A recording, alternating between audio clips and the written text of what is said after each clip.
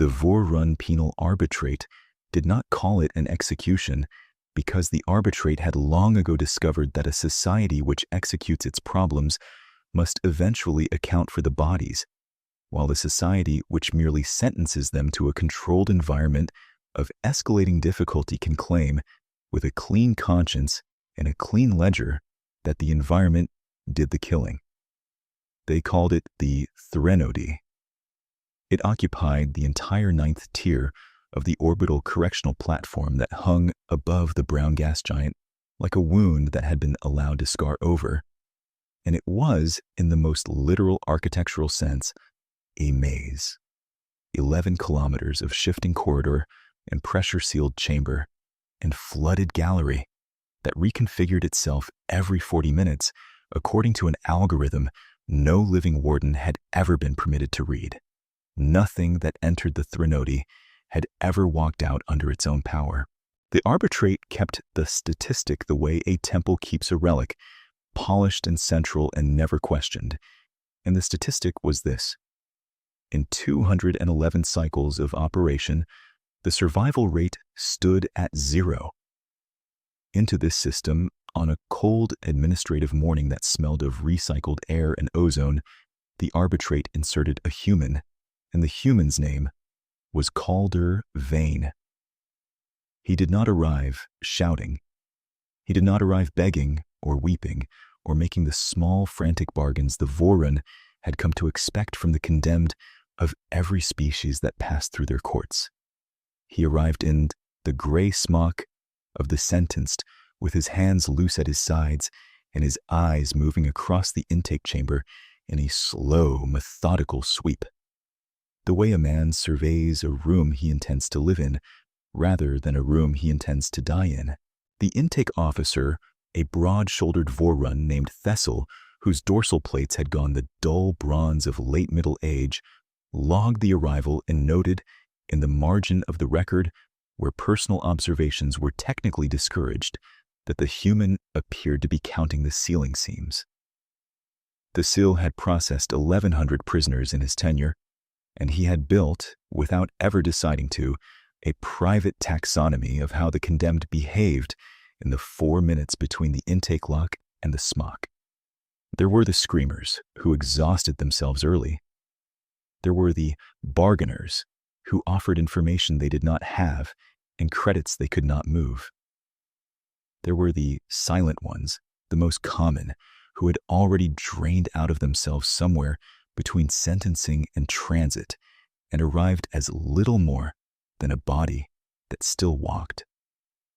The human fit none of the categories. He stood on the intake platform while the restraint field read his mass, and he looked up at the seam where the ceiling panel met the lighting trunk, and his lips moved, and Thessel, watching the prisoner's eyes track from one joint to the next along the entire length of the chamber, realized the human was not praying or muttering or breaking.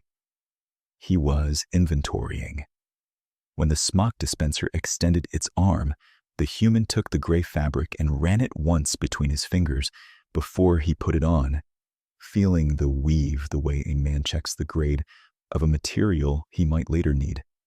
And Thessel noted that too, and then noted that he had now made 2 marginal observations about a prisoner who would be dead by the next shift, which was unprofessional, and stopped. Thessel did not understand why a man hours from death would count ceiling seams. He would understand, eventually. By then, it would be far too late for the arbitrate, though Thessel himself would survive to see it, which was more than could be said for the official who had signed the sentence. That official was adjudicator Vorn Helek, and to understand the Threnody one had first to understand Helek, because the maze was not a neutral instrument of justice, but a personal one, and Calder Vane had been fed into it for a reason that had nothing to do with the crime printed on his sentencing tablet. The tablet said, "Sabotage of a Voorrun deep survey vessel." The truth was that Calder Vane, who had spent 11 years as a salvage mechanic working the wreck fields along the human Voorrun frontier, had been aboard that deep survey vessel as contracted labor when he found the discrepancy. And the discrepancy was a manifest that did not match a cargo hold. The survey vessel was logged as carrying mineral assay equipment. It was, in fact, carrying nothing of the kind, and the empty mass allowance had been sold quietly and repeatedly to a syndicate that moved restricted biotech through Voron Customs under Helek's adjudicating seal. Calder had not gone looking for corruption. He had gone looking for a coolant leak, and corruption was simply what was behind the panel when he opened it. He made the human mistake of mentioning the discrepancy to the wrong officer. 6 days later, he was a saboteur, and the only court that would hear his case was the one Helek controlled, and the only sentence that court ever handed down was the threnody. Helek was not a cruel man in the way the lower species imagined cruelty, all teeth and appetite. He was something colder and more durable.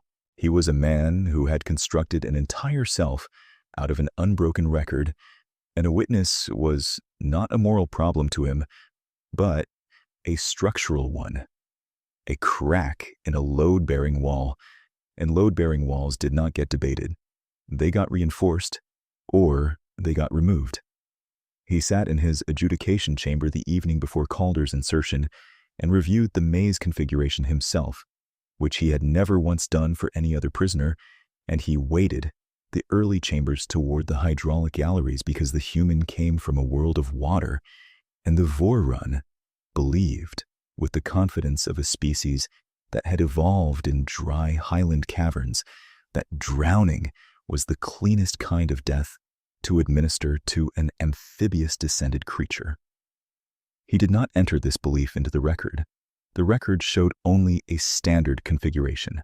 The narrator notes this because it is the single moment in which Helek's private machinery is visible, the only window into the man, and through it, one sees not a monster, but a competent administrator solving what he has decided is an engineering problem. That decision was the error. It was not the kind of error that announces itself. It would take 11 days to mature. The threnody admitted Calder Vane through a pressure lock that sealed behind him with the sound of a tomb agreeing to its own purpose, and the first chamber was exactly what Helek had designed it to be. A flooded gallery, 40 meters across with a ceiling that descended on a timer and a single exit valve set high in the far wall where the water would reach at last.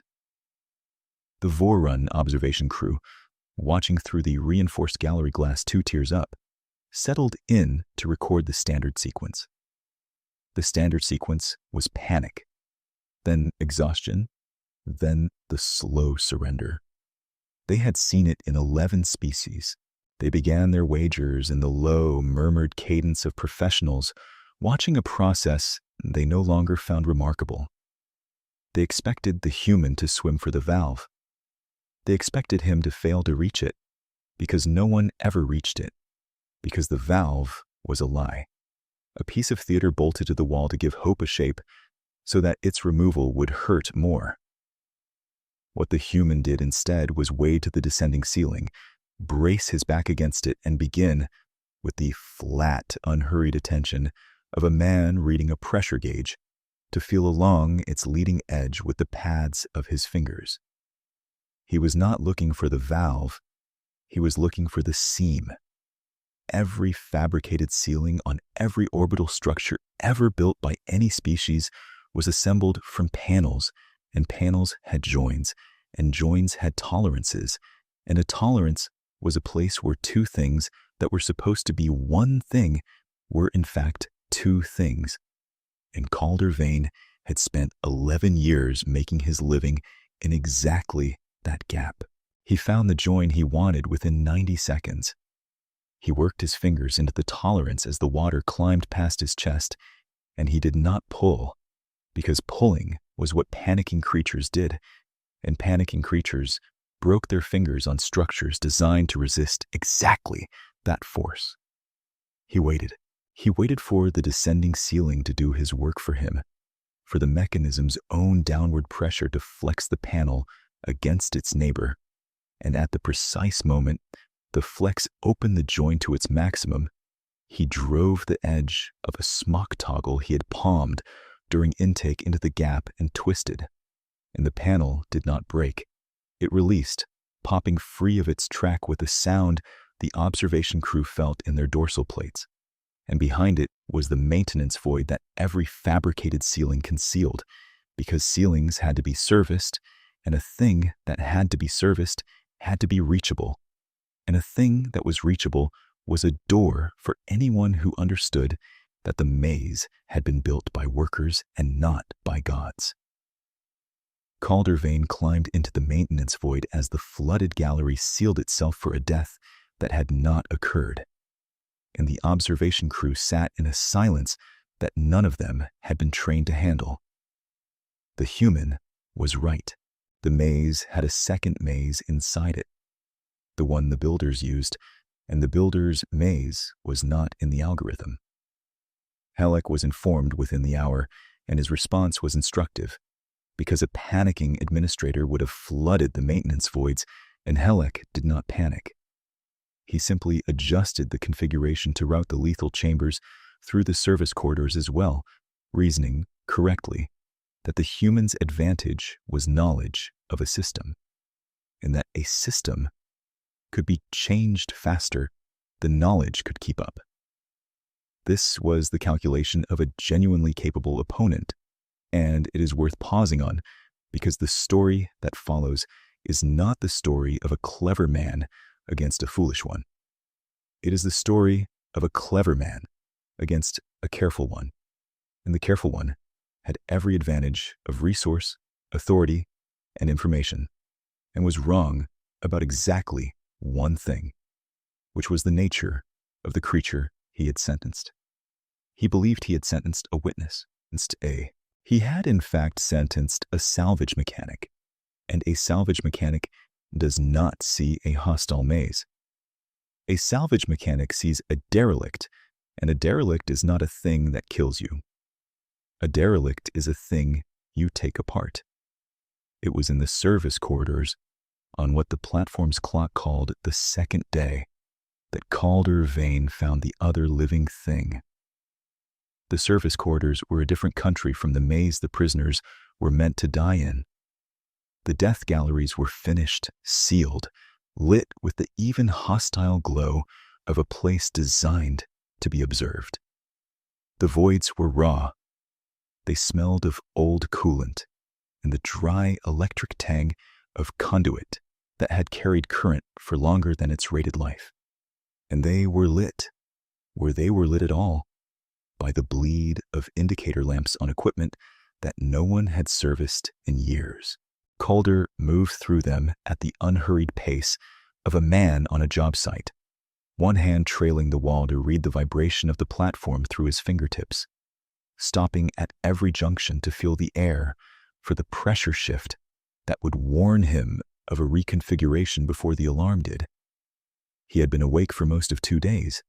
He had drunk from a condensation line he had cracked in the first void and eaten nothing, and he showed the strain of it only in the slight, deliberate care with which he placed each foot, the economy of a man rationing himself against an unknown distance. The Threnody was not empty between executions. The arbitrate maintained it with a population of semi-autonomous maintenance constructs, but the algorithm that reconfigured the maze had a documented and tolerated flaw, which was that it occasionally sealed a maintenance unit inside a reconfiguring section, and the standard procedure was to write off the unit and dispatch a replacement because units were cheap and the alternative was sending a technician into the active maze. Over 211 cycles, a small number of these abandoned units had not been destroyed but merely trapped, and a smaller number still had, through the accumulated damage of repeated configuration shifts, lost enough of their governing architecture to begin behaving in ways their designers had not intended. What Calder found in a dead-end service alcove, wedged behind a collapsed coolant trunk, and running on the last percent of a power cell it had been scavenging from the maze's own conduits for longer than anyone had been counting, was one of these. It was roughly the size of a large dog. It had 6 articulated legs, one of which had seized at the joint and dragged, a sensor cluster where a head might be, scarred and clouded across half its optics, and a single functioning manipulator arm, the other having been torn away at some point and never replaced. It had been built to clean and repair, and it was, by every standard the Arbitrate recognized, garbage. Caldervane crouched in front of it in the dim service light, and he did not see garbage. He saw a machine that had kept itself alive in a hostile environment for an indeterminate span of years by scavenging power and avoiding the reconfiguration cycles, which meant the machine had, somewhere in its degraded governing architecture, a map, not the algorithm. The algorithm was the Arbitrate's secret, but a thing that had survived this long had learned the rhythm of the maze the way a tide pool creature learns the rhythm of the water, through pure pattern, through the accumulated memory of every shift it had lived through. And that memory was worth more than the algorithm because it was the algorithm's behavior rather than its rules. The construct's sensor cluster tracked him with the slow uncertainty of failing optics. Its manipulator arm twitched and went still. It did not have enough power to flee and not enough threat architecture left to attack, and so it simply waited, in the way that the human had waited at the descending ceiling for the larger force in the room to decide its fate. What Calder did then was the thing that the Vorrun watching the observation feeds would replay 11 times before they understood it, and would never fully understand even so. He took the toggle he had pried the ceiling with, and the thin strand of conductive wire he had stripped from the smock's seam, and he opened the construct's access panel, and he gave it his salvage. He spliced a feed from his own intake transponder, the small subcutaneous device every prisoner carried, the device that broadcast his location to Helix monitors, and he ran it into the construct's power cell, trickling his own tracked, monitored official current into the dying machine. And in doing so, he made himself harder to track, because now the signal moved when the construct moved, and he repaired a thing that the entire apparatus of the Arbitrate had decided was not worth the cost of a replacement part. He did not name it at first. He simply worked in the dark on a machine that could do nothing for him that an hour of his own effort could not do faster. And the construct's sensor cluster brightened by a degree, and its manipulator arm flexed with returning current, and it did not leave. In the observation gallery, a junior monitor named Issa Korun watched the human repair the abandoned unit and felt something move in her threat assessment that she did not have a category for. Korun was Vorrun intelligence, seconded to the Threnody to observe the human specifically, because the Arbitrate, for all Helix confidence, was not entirely comfortable with the unprecedented and had wanted a trained eye on the anomaly. She had read the human's file. She had expected, based on the file, a saboteur, which in her professional vocabulary meant a creature of grievance and impulse. And she had spent the first day cataloging the ways the human failed to match the profile. He did not rage. He did not break things for the sake of breaking them. He took a flooded death chamber apart with the unbothered competence of a creature performing routine maintenance, and now, on the second day, he was spending power he could not spare to revive a machine the Arbitrate had thrown away, and Korun, whose entire training was the reading of motive, could not find the motive. She ran the standard analytic frames against the behavior and watched each one fail. Resource acquisition did not fit. The The construct cost him more than it returned. Tool fabrication did not fit. He had treated the machine's pain, such as it was, before he had assessed its utility, opening the access panel and easing the dragging leg joint before he had checked whether the thing could carry weight. Psychological displacement, the frame her training reserved for prisoners who fixated on objects to avoid confronting their own deaths, did not fit either, because the human showed no sign of avoiding anything. He had simply added a second task to the single task of staying alive and was performing both with the same flat attention. There was no advantage in the repair that justified its cost. The human was behaving, she wrote in her private log, as though the maintenance of a damaged thing were not a strategy, but a reflex. A law he obeyed the way water obeyed gravity, and she did not yet know that this single observation was the thread that would unravel everything, including her own loyalty. The maze reconfigured on its 40-minute cycle, and the human did not run for cover. He waited for the construct to move, because the construct knew where the walls were about to be, and he followed it. And the two of them, the condemned man and the discarded machine, passed through a shifting section of corridor that should have crushed them, and did not, because the machine read the rhythm, and the man trusted the machine. And Isa Karun watched a human being survive a reconfiguration cycle by following a piece of garbage, and revised her model of the situation in a direction that frightened her. By the fourth day, the wagers in the observation gallery had stopped. The Vorun are not a sentimental species, and the cessation of the wagers was not sentiment. It was the professional recognition, spreading through the observation crew like a temperature change, that they were no longer watching an execution. They were watching something they did not have a procedure for, and a species that runs on procedure finds the absence of one to be a specific kind of horror. The human had a name for the construct now. He called it Brick, for reasons none of the Vorun could parse, the human having explained to the empty corridor and the listening monitors, in the flat, conversational tone of a man who had decided that talking to the machine was preferable to talking to no one, that it was the color of a brick and about as smart as one, and had saved his life twice, which, in the human's apparent value system, made it family. The Vorun linguists flagged the word family. The word did not translate cleanly into the Vorun concept of unit cohesion, which was hierarchical and assigned.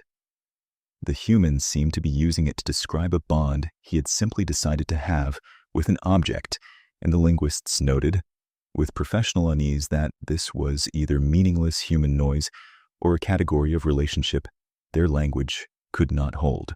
It was on the fourth day that Calder Vane found the second thing the maze was hiding, and it was the thing Helek had spent his entire career ensuring no one would find. The maintenance voids, Calder had learned, were not merely service corridors. They were the maze's history, the accumulated infrastructure of 211 cycles of modification, and threaded through them, like sediment in rock, were the abandoned systems of older configurations, dead conduit, sealed chambers, the fossilized layers of every warden who had ever tuned the Threnody to a new purpose. Brick led him, in its slow, scavenging way, toward a power source the construct had been drawing on for years, and the power source was a sealed chamber that the maze's reconfiguration algorithm routed around rather than through. A chamber that was not in the maze because it had been deliberately removed from the maze, and a thing removed from a system by an administrator is a thing that administrator did not want found. Calder opened it the way he opened everything, by finding the seam. Inside was a cold storage array, and the array was not part of the correctional platform's official inventory, and it held, in stacked and labeled containment, the restricted biotech that Helix Syndicate moved through Vorrun Customs, stored in the one location in the entire system that no investigator would ever search because no living thing ever came out of it to report what it held. The Threnody was not only Helix's execution chamber, it was his warehouse. The dead men were not a byproduct of his corruption. They were the lock on its door. The narrator pauses here because the dramatic irony has now closed its circuit, and it is worth naming plainly. The audience understands as Calder works in the cold light of that hidden array what Calder is only beginning to understand: that he was never sentenced to die for a crime. He was sentenced to die for a witnessing. And now, in the one place designed to ensure no witness ever escaped, he has become a witness to something 100 times larger than the manifest discrepancy that condemned him. He is standing inside the proof. In every reconfiguration cycle, every lethal chamber, every adjustment Helix makes to the maze is now revealed for what it always was, not the administration of justice, but the protection of an asset, and the human has walked into the vault. Issa Karun saw the cold storage array on the observation feed for exactly 4 seconds before the feed cut. It did not cut because of a malfunction. It cut because someone with adjudicator-level authority severed the gallery's access to that section of the maze in real time, and Korun, who had spent 4 days learning to read the human, turned that same trained attention onto her own chain of command and did not like the pattern she found. She pulled the configuration logs. She found the personally weighted hydraulic galleries from the first day, the override that had no entry in the official record, the routing changes that consistently steered the human away from the platform's external comm relays and toward the lethal sections, and she found, when she cross-referenced the sealed chamber's location against the customs manifests, she had clearance to read as intelligence, a correlation that a junior monitor was never supposed to be in a position to make. She made it anyway. The Vorrun are a procedural species, and Issa Karun had just discovered that the procedure she served was a costume worn by a crime, and a creature built for procedure does not respond to that discovery with rage. She responded the way her training demanded. She began, quietly, to document. On the 6th day, Helix changed the rules of the game because the human had stopped being a man dying in a maze and become a man learning a maze. And Helix understood, as a careful opponent always understands, that the only way to kill a thing that is learning your system faster than you can change it is to remove the system entirely. He ordered a full purge cycle. The purge cycle was the Threnody's failsafe, designed for the theoretical scenario of a containment breach, and it did exactly one thing.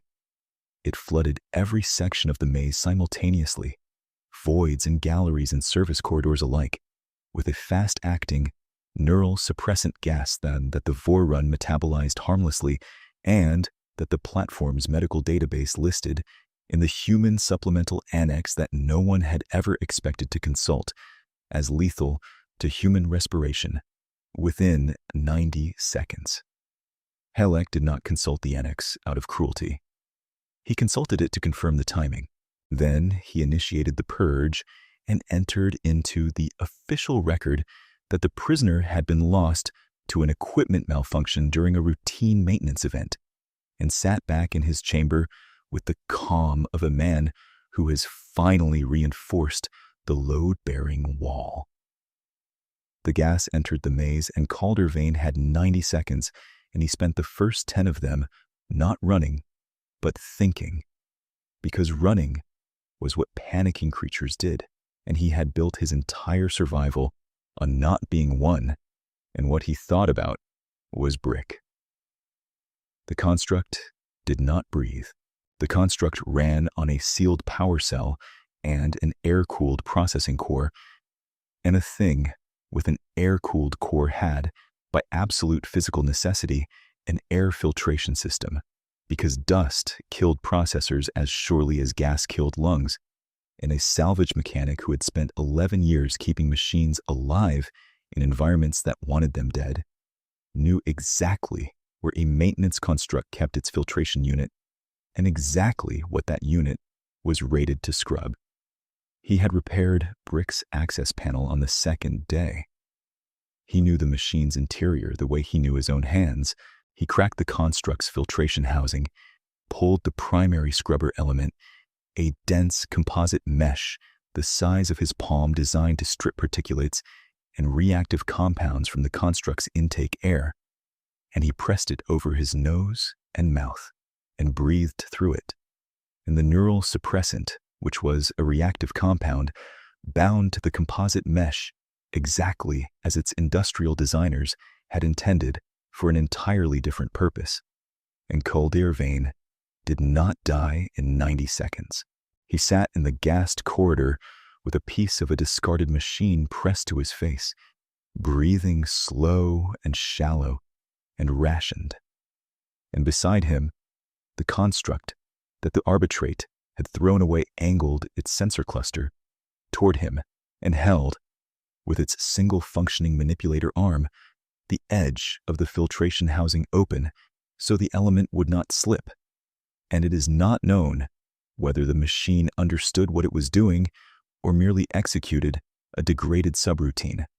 And it does not matter, because Issa Karun, watching on the feed Helek had forgotten she still had access to through the intelligence channel, saw a thrown-away thing keep a condemned man alive and made her decision. She routed the configuration logs, the customs correlation, the unrecorded override, and the 4 seconds of cold storage footage to the office of the platform's Inspector General, and she attached her own name to it, which under Vorrun procedure meant she had staked her standing and her freedom on its truth, and then she did the thing that was not in any procedure. She opened a maintenance channel to the gassed corridor, a channel that existed for technicians and had never once been used to speak to a prisoner, and she told the human where the nearest unflooded section was because the purge cycle had a flaw, the same flaw that had trapped the construct in the first place, which was that it could not reach a section that had been removed from the maze, and the only section removed from the maze was Helek's vault. The human went to the vault. He carried the construct because the construct's power cell was failing and a salvage mechanic does not leave family behind, and he sealed himself and the machine inside the one chamber in the entire Threnody that the purge could not touch, the chamber that held the proof of the crime he had been condemned to bury. And he waited, breathing through a scrubber in the cold light of Helek's warehouse, while 2 tiers above him, a junior intelligence monitor's report landed on the desk of an Inspector General who had spent 11 years wondering how a single adjudicator maintained a perfect record in a court that handled the most desperate beings in the system. It took the Inspector General's office 4 days to act, and the narrator will not pretend those 4 days were anything other than what they were, which was 4 days of a man and a machine in a cold room, rationing a filter and a power cell against each other. The vault held its temperature at the level the biotech required, several degrees below comfort, and the cold was the kind that did not announce itself but accumulated, settling into the human's joints, slowing his hands so that the splicing work that had taken him 90 seconds on the second day now took him 4 minutes on the third. He slept in shifts measured against the construct's power draw rather than against any clock, waking when the indicator on Brick's cell dropped to a threshold he had set by feel, splicing another trickle of his own monitored current into the machine, then folding himself back against the cold storage array to sleep again. He had arranged the containment cases into a low wall to break the circulation of the chilled air, and he had stripped a thermal liner from the array's own insulation to wrap his legs, and these were not the actions of a man waiting to be rescued. They were the actions of a man settling into a derelict for the long haul, because that was the only kind of waiting he knew how to do. They did not speak, because one of them could not. But the human talked anyway, in the low, conversational tone the monitors had logged about the wreck fields and the coolant leak and the panel he should never have opened. He described the deep survey vessel's engine room in detail no one was asking for. The particular whine the coolant pump made at 3/4 load. The way the manifest had been printed on the older flimsy stock that the survey service had stopped issuing 2 years before the date on the document. The small wrong thing that had told him, before he understood anything else, that the paper in his hand was a lie. He talked about the wreck field crews he had worked, the names of men who would not know he was alive, the particular satisfaction of bringing a dead drive core back to a state where it would hold a charge. Somewhere in those 4 days, the talk stopped being a man keeping himself sane and became a man explaining himself to the only witness who had never once judged him. And the construct, drawing his current, angling its cleared half-optic toward him, whenever his voice changed register, received the account the way the cold received his breath, without verdict, which was the only kind of hearing the human had wanted in 11 years and had never once been given. When the Inspector General's enforcement team finally cut the seal on the vault, they came expecting a body. They found Calder Vane sitting against the cold storage array with a dead but not quite construct cradled against his chest. And the first thing the human did before he answered a single question about the biotech stacked around him was ask whether there was a power cell anywhere on the platform that would fit a degraded maintenance unit. And the enforcement officer, a Vorrun, who had cut a great many seals and found a great many bodies, did not have a procedure for the request, and so simply answered it. Vorn.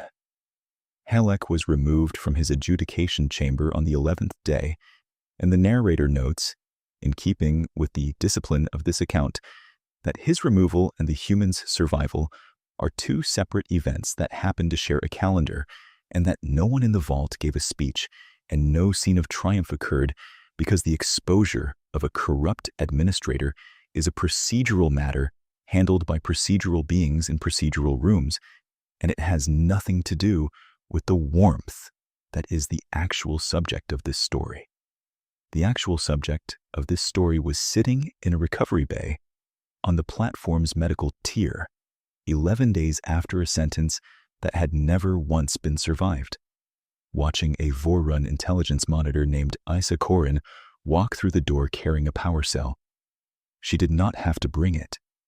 The human's request had been logged. A technician would have filled it eventually, or not, and no one would have noticed. Korin brought it herself, the cell rated for a degraded maintenance unit, and she set it down on the bay's work table beside the inert construct without quite knowing why she had carried it across 4 tiers of the platform when she could have sent it through the dispatch system, except that she had spent 11 days learning that the human repaired things that the system threw away, and that the system had thrown away a great deal, and that she was beginning to suspect she had been one of the things it would have thrown away too, the moment her usefulness to it expired. She set the cell down. The human looked at it, and then at her, and the look held a beat longer than the Vorrun norm for the exchange of an object, and in that held beat the entire 11 days resolved, not into words, because the human did not thank her and she did not explain herself, but into the simple physical fact of a power cell crossing a work table from a hand that did not have to give it to a hand that did not have to ask. Calder Vane installed the cell. He worked the way he always worked, unhurried, his fingers finding the seam of the access panel he had first opened in a dead-end service alcove a lifetime ago, and the construct's sensor cluster brightened, and its manipulator arm flexed with full current for the first time since before anyone on the platform had been keeping count, and it angled itself toward the human, and then, in a small, autonomous motion that no degraded subroutine fully explained, toward the Voron standing at the edge of the bay. Isak Horan, who had spent her entire career reading motive in the behavior of others and had never once had her own behavior read back to her, watched a discarded machine turn to acknowledge her and did not look away. The human said nothing. He had brought a pet back from a place that had never returned a living thing, and the pet had brought back something larger, and the three of them sat in the quiet medical bay in the dull, warm light of the recovery tier. A condemned man, a thrown-away machine, and an intelligence officer who had chosen the truth over the procedure that made her, and no one said the word that had failed to translate. But the construct's sensor cluster moved between the two of them in the slow, deliberate sweep of a thing taking inventory of what it now belonged to, and the inventory came up, for the first time in 211 cycles, with a number greater than 0.